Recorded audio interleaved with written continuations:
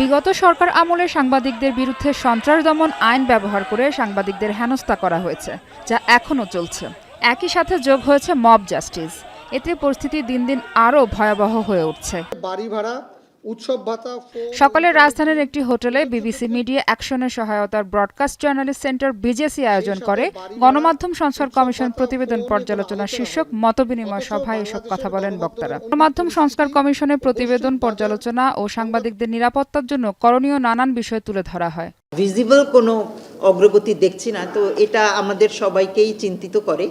তো আমরা আশা করব যে সরকার এই বিষয়ে উদ্যোগ নেবেন।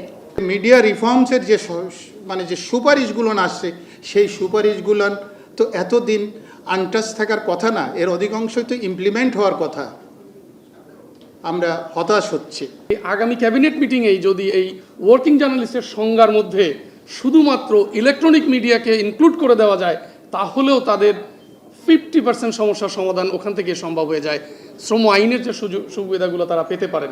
ডিজিটাল নিরাপত্তা আইন তো আগে বাতিল, কিন্তু এই সাইবার সুরক্ষা আইনটা নতুন করে ঢেলে সাজানো এবং সেখানে অনেক ধরনের হয়রানিমূলক অপরাধগুলো বাদ দিয়ে দেওয়া, এটা অবশ্যই একটি খুব প্রশংসনীয় উদ্যোগ। আলোচনায় বিজেসি ট্রাস্টি ফাহিম আহমেদ বলেন, তথ্য মন্ত্রণালয়কে গণমাধ্যমের উন্নয়নে নেতৃত্ব দিতে হবে। আমরা গণমাধ্যম হচ্ছে তথ্য সম্প্রচার মন্ত্রণালয়ের অধীনে। তথ্য এবং সম্প্রচার মন্ত্রণালয় আসলে গত 1 বছরে গণমাধ্যমের জন্য কি করেছে? গণমাধ্যমকে গুরুত্ব দেওয়ার জন্য আলাদা কমিশন গঠন করা হয়েছে উল্লেখ করে পরিবেশ উপদেষ্টা বলেন, কাগজে কলমে যতটা পরিবর্তন করা যায় সেটা সরকার করে যাবে। যথেষ্ট গুরুত্ব দিয়ে এই কাজটা করা হচ্ছে। এই কাজের একটা অংশ হবে আপনাদের সাথে বসা। কাজে এই কমিটির পক্ষ থেকে সহসা কিন্তু আপনাদের সাথে বসা হবে। এদিকে মব জাস্টিসের বিরুদ্ধে শুধু বিবৃতি না দিয়ে অপরাধীদের আইনের আওতায় আনা হচ্ছে বলেও জানান তিনি। মব জাস্টিস একটা সমাজে কখন হয় বলেন?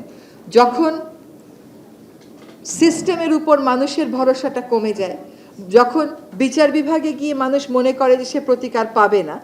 এই সমস্ত কিছু অ্যাড্রেস করা একটা প্রক্রিয়ার ব্যাপার।